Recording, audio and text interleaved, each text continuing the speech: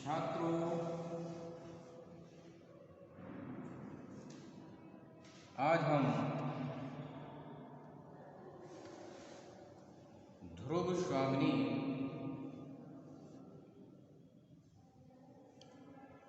नाटक की शैलीगत विशेषताओं की चर्चा करेंगे।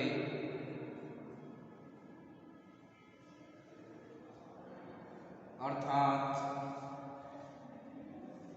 ध्रुव स्वामिनी के शिल्प विधान के बारे में जानेंगे कि ध्रुव स्वामिनी कौन सी शिल्पगत विशेषता को लिए हुए है,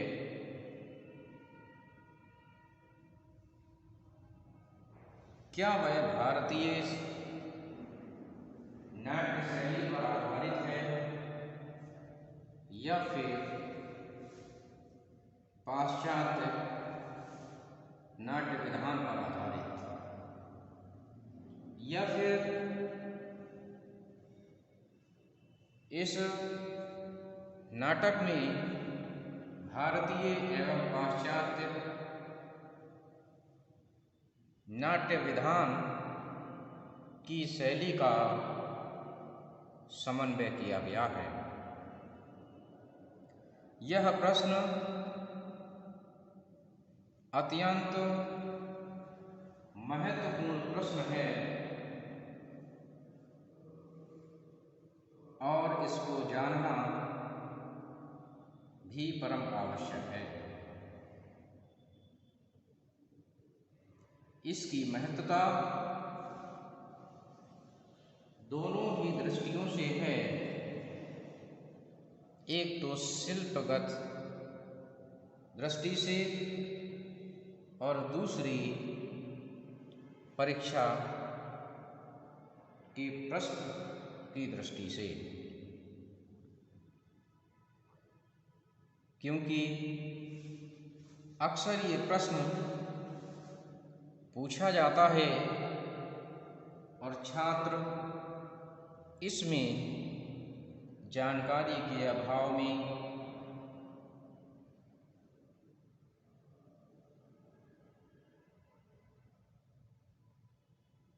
असमंजस की स्थिति में पड़ जाते हैं, दुविधा की स्थिति में पड़ जाते हैं।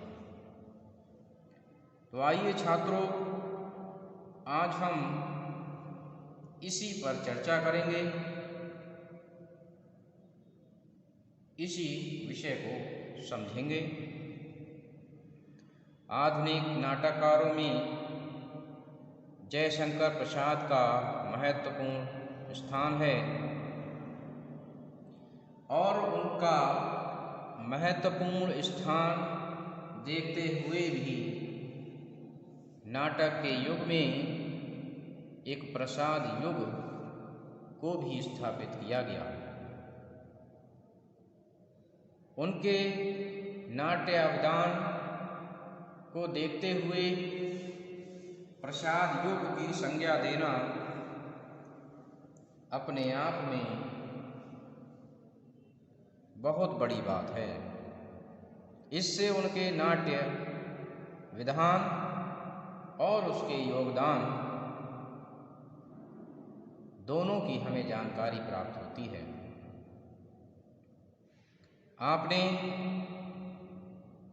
चंद्रगुप्त, स्कंदगुप्त, ध्रुव स्वामिनी जैसे अनेक कालजयी नाटक हिंदी साहित्य को प्रदान किए हैं।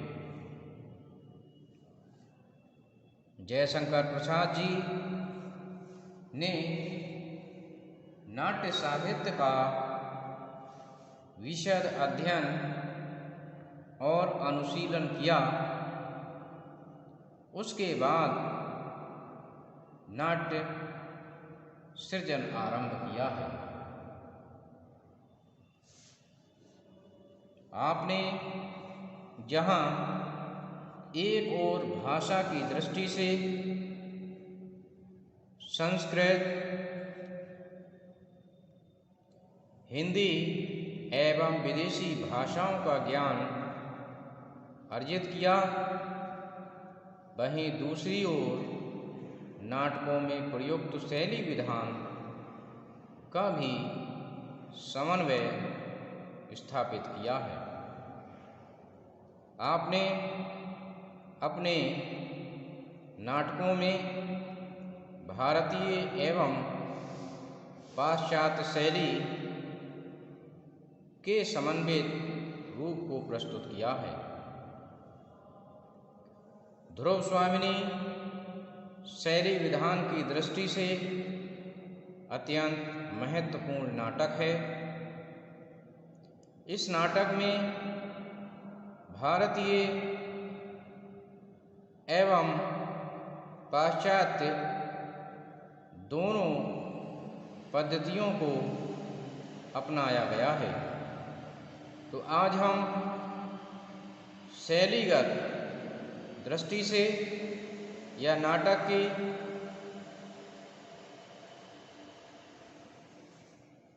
शिल्पगत विशेषताओं के आधार पर ध्रुव स्वामिनी को देखेंगे कि उसमें कौन सी शैली प्रबल देखने को मिलती है। तो सबसे पहले हम भारतीय नाट्य विधान की शैली को जानेंगे, तत्पश्चात पाश्चात्य शैली विधान के विषय में चर्चा करेंगे। छात्रों, भारतीय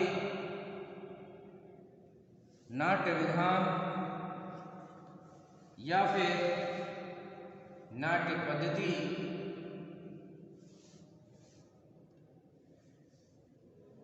हमेशा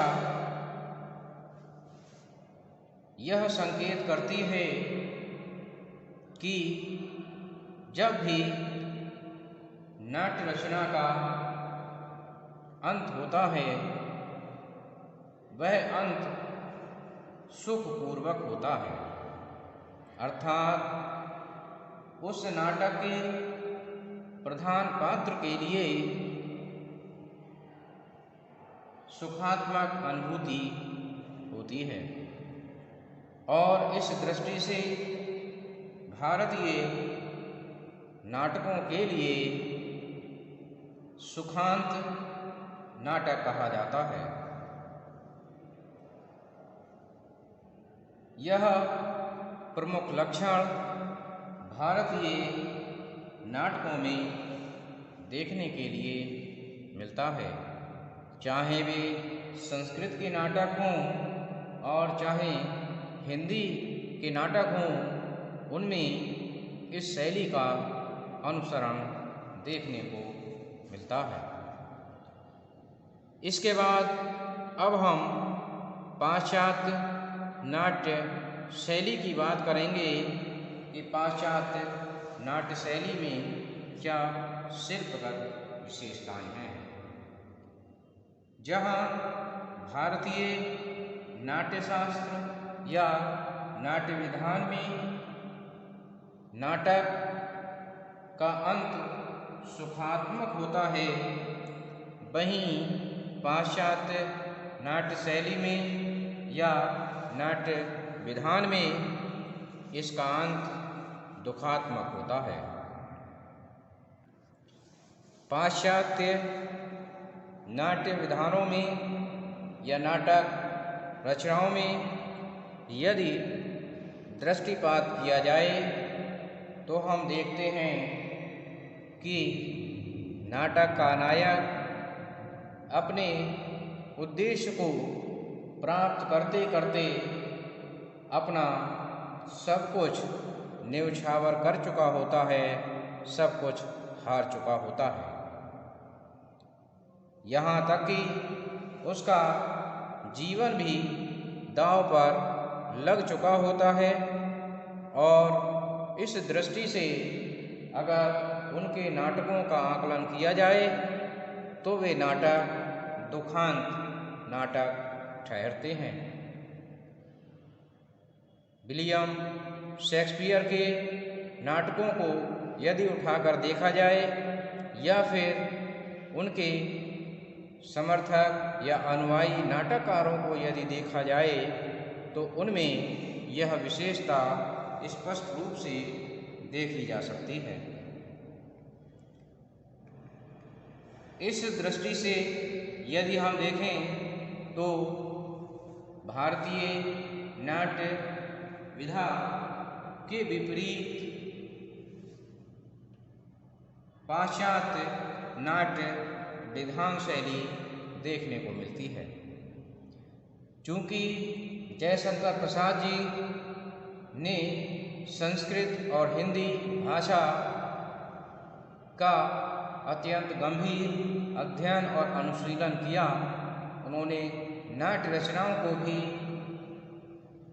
गंभीरतापूर्वक जाना, तो निश्चित रूप से उन्होंने अपनी भारतीय पद्धति का अनुसरण किया। लेकिन इसके साथ ही जयशंकर प्रसाद जी ने पाश्चात्य नाट्य साहित्य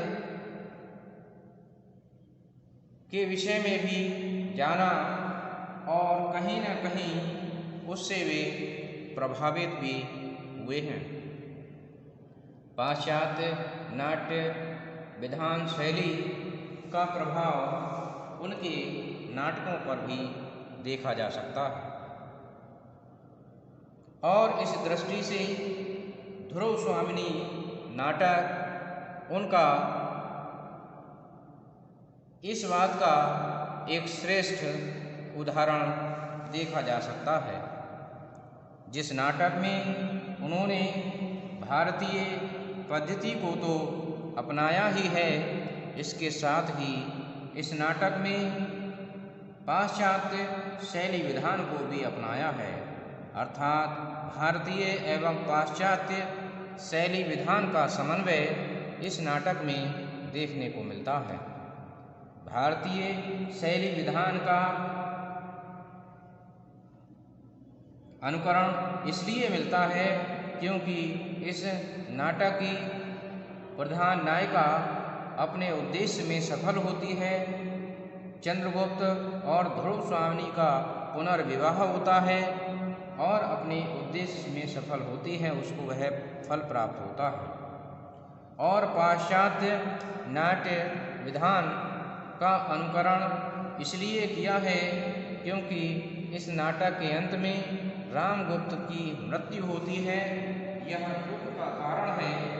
इसलिए यदि देखा जाए तो ध्रुव स्वामिनी नाटक न तो सुखांत नाटक है और न ही दुखांत नाटक है, चूँकि दोनों पद्धतियों का अनुसरण किया है। इस लिहाज से या फिर इस दृष्टि से ध्रुव स्वामिनी नाटक प्रसादांत नाटक ठहरता है। तो मैं समझता हूँ कि छात्रों, आपने इस बात को समझा होगा और जाना होगा। धन्यवाद।